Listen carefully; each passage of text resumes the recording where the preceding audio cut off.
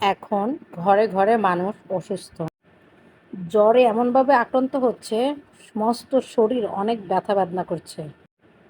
তারপর শরীরে অনেক র্যাশ দেখা যাচ্ছে। এটা কি ডেঙ্গু নাকি চিকুনগুনিয়া? পরীক্ষা করো, কোনো কিছুই আসতেছে না। সুস্থ থাকাই আল্লাহর নেয়ামত। আমরা যারা সুস্থ আছি প্রতিটা মুহূর্ত আল্লাহর কাছে শুকরিয়া আদায় করা উচিত। আসসালামু আলাইকুম। যে যেখানে আছেন আশা করি আল্লাহর রহমতে ভালো আছেন। আমিও আল্লাহর রহমতে ভালো আছি। আমি এখন একটি কবিতা পড়ব। কবিতাটি লিখেছেন হরিশচন্দ্র মিত্র।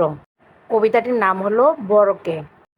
আপনাকে বড় বলে, বড় সেই নয়, লোকে যারে বড় বলে, বড় সেই হয়। বড় হওয়া সংসারেতে কঠিন ব্যাপার। সংসারে সে বড় হয়, বড় গুণ যার। গুণেতে হইলে বড়, বড় বলে সবে। বড় যদি হতে চাও, ছোট হও তবে। আমি আরেকটি কবিতা পড়ছি, হাটে যাব। লিখেছেন আহসান হাবিব।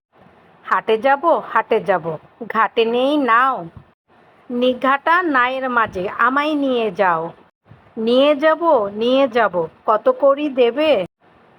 করি নেই, করা নেই, আর কি বা নেবে। সোনা মুখে সোনা হাসি, তার কিছু দিও। হাসিটুকু নিও, আর খুশিটুকু নিও। রান্না করতে করতে আপনাদের দুটো কবিতা শোনালাম। আমি আজকে শুটকি দিয়ে লতি রান্না করব। শুটকিটাকে আমি ধোয়া ছাড়া, তেল ছাড়া আগে একটু ভেজে নিয়েছি। তারপর পানিতে কিছুক্ষণ ভিজে রেখেছিলাম, গরম পানি না, নর্মাল পানিতে।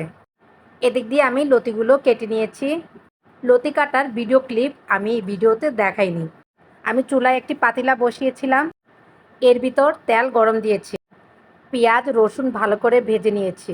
যখন একটু ভাজা ভাজা হয়েছে তখন এর ভিতর হলুদের গুঁড়া মরিচের গুঁড়া দিয়েছি। হলুদের গুঁড়া মরিচের গুঁড়া পেঁয়াজের সাথে ভালো করে মিশিয়ে নিয়েছি। তারপর পানি দিয়েছি, ভালো করে কষিয়ে নিয়েছি। এর ভিতরে আমি লবণ দিয়েছিলাম। মশলাটা ভালো করে কষানোর পর এর ভিতরে আমি শুটকিগুলো দিয়ে দিয়েছি। শুটকি যখন ভালো করে কষানো হবে মশলার সাথে এবং শুটকিটা সিদ্ধ হয়ে যাবে, এর ভিতরে লতিটা দিয়ে দিব। লতি শুটকির সাথে ভালো করে মিশিয়ে নিব। মিশানোর পর সিদ্ধ হওয়ার জন্য ঢাকনা দিয়ে রাখবো। ঢাকনা খুলে আবার নাড়াচাড়া দিব।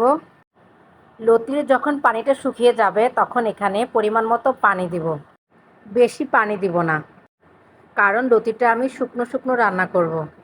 আমি লতির ভিতর বেশি পানি দিইনি, সামান্য একটু পানি দিয়েছি।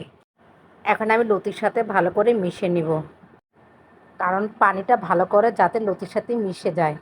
শুকনো শুকনো করে রান্না করব। যখন লতিটা সিদ্ধ হয়ে যাবে এবং ঝোলটা শুকিয়ে যাবে, মাখা মাখা হবে, তখন তরকারিটা আমি নামিয়ে ফেলবো। আমার লতিটা হয়ে গিয়েছে। আপনারা কে কীভাবে লতি রান্না করেন কমেন্ট করে জানাবেন। আমার লতিটা হয়ে গিয়েছে। হওয়ার শেষে আমি একটু কাঁচামরিচ দিয়ে দিব। এ তো আমার লতির ফাইনাল লুক।